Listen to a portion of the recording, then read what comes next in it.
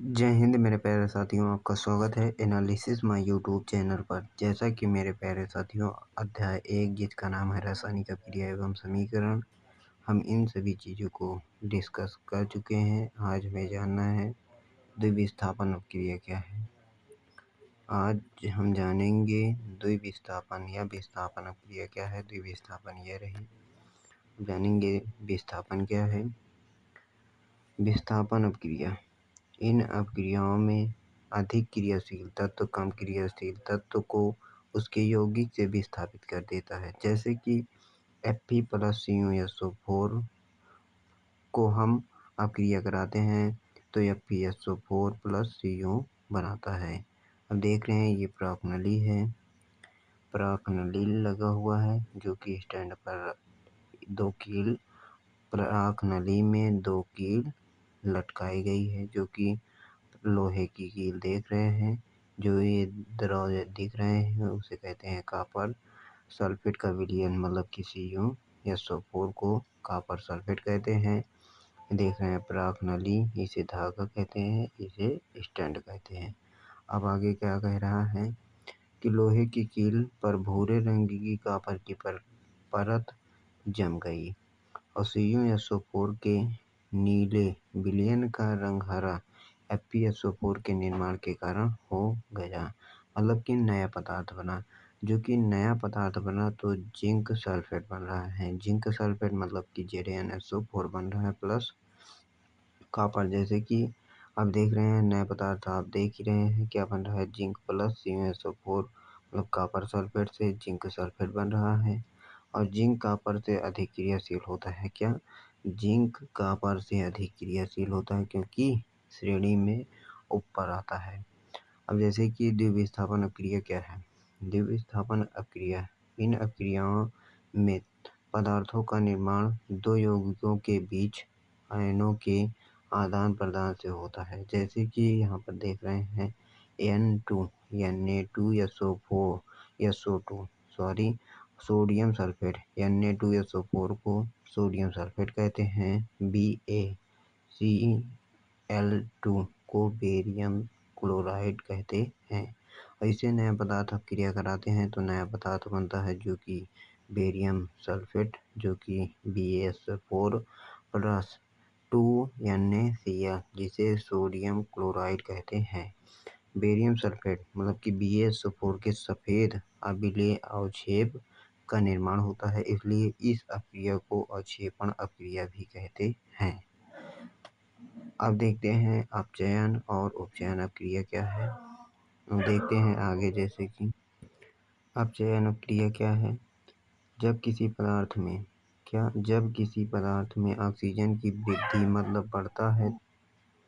अब आगे जैसे कि जब किसी पदार्थ में हाइड्रोजन का ह्रास मतलब कि घटना होता है, वृद्धि माने बढ़ना होता है। जैसे कि कार्बन लेते हैं प्लस ऑक्सीजन लेते हैं तो आप ये देख रहे हैं नया पदार्थ बन रहा है जो कि कार्बन डाइऑक्साइड है, जो कि Cu जो कि कॉपर है प्लस ऑक्सीजन, कॉपर और प्लस ऑक्सीजन की अभिक्रिया कराते हैं तो यहाँ पर देख रहे हैं CuO बन रहा है। CuO + H2 मतलब हाइड्रोजन, जो कि हम गर्म कर रहे हैं, हीट कर रहे हैं मतलब गर्म कर रहे हैं। तो क्या दो पदार्थ में टूट रहा है, Cu कॉपर प्लस जल बना रहा है।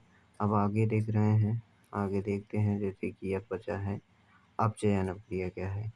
अपचयन है जब किसी पदार्थ में ऑक्सीजन का ह्रास मतलब घटना, जब किसी पदार्थ में हाइड्रोजन की वृद्धि होता है, मतलब कहने का मतलब है कि अपचयन में ऑक्सीजन का ह्रास होगा और उपचयन में हाइड्रोजन का वृद्धि होगी, हाइड्रोजन की वृद्धि होगी।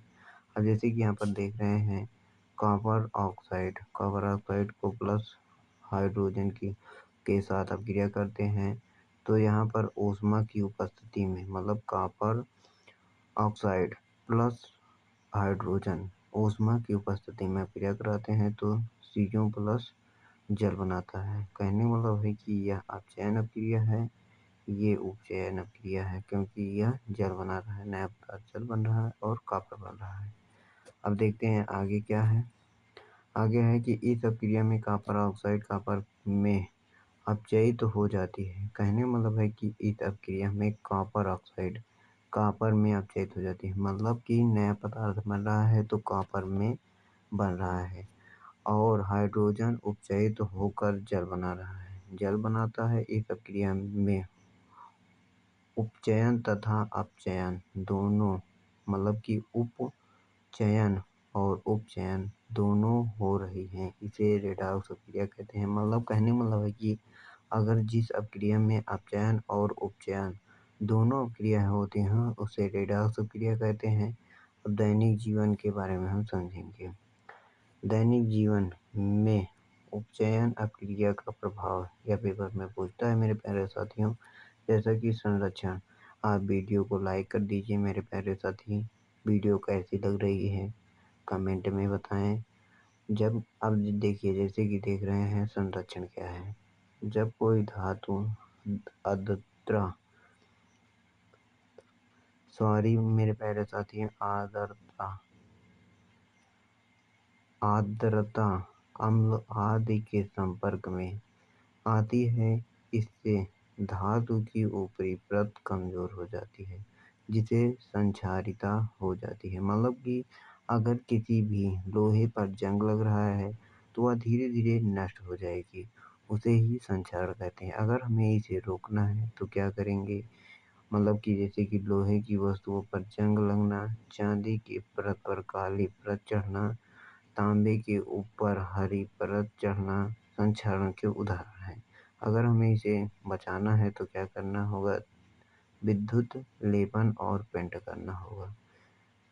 मतलब कि अगर हमें संक्षारण से बचाना है तो हम जानते ही हैं, अगर हम पेंट कर देते हैं तो जंग नहीं लगते हैं, उसे ही संक्षारण कहते हैं। अब देखिए, विकृत गंधिता क्या है। जैसे कि आप देखे होंगे ब्रेड में फफूंदे लग जाते हैं, जैसे कि वसा युक्त और तैलीय खाद्य सामग्री वायु के संपर्क में आने पर उपचयित हो जाते हैं। इससे इसके स्वाद और गंध में परिवर्तन हो जाती है। इसे विकृत गंधिता कहते हैं। अब इसे रोकने के लिए हमें क्या उपाय चाहिए। इसका कहने मतलब है कि पहला, प्रति ऑक्सीजन ऑक्सीकारक का उपयोग करें। कहने मतलब है कि उसे खुला ना छोड़ें। जैसे कि हमने देखा होगा कि कभी कभी ये भी प्रश्न पूछ लेते हैं कि चीज़ें जो कि हम कोई भी चीज़ खरीदते हैं उसके पैकेट के अंदर क्या भरा होता है, कौन सी गैस भरी होती है, नाइट्रोजन गैस भरी होती है। क्योंकि उसे इसलिए भरते हैं क्योंकि वह खराब ना हो। और वायु रोधी बर्तन में खाद्य सामग्री रखकर, मतलब कि जो कि खुले से वह खराब ना हो। और वायु के स्थान पर नाइट्रोजन गैस भरना। कहने का मतलब है कि अभी हमने बताया कि वायु को निकाल कर नाइट्रोजन गैस भरते हैं और शीतलन द्वारा उसे बचाना चाहिए। चलिए मेरे प्यारे दोस्त, आज यहीं तक था और यह चैप्टर समाप्त होता है। आप वीडियो को लाइक कर दीजिए, चैनल को सब्सक्राइब कर दीजिए। मेरे प्यारे साथियों, आप मेरा हौसला बनाइए और मिलते हैं अगले सेक्शन में। वीडियो कैसी लगी कमेंट में बताएं। जय हिंद, जय भारत।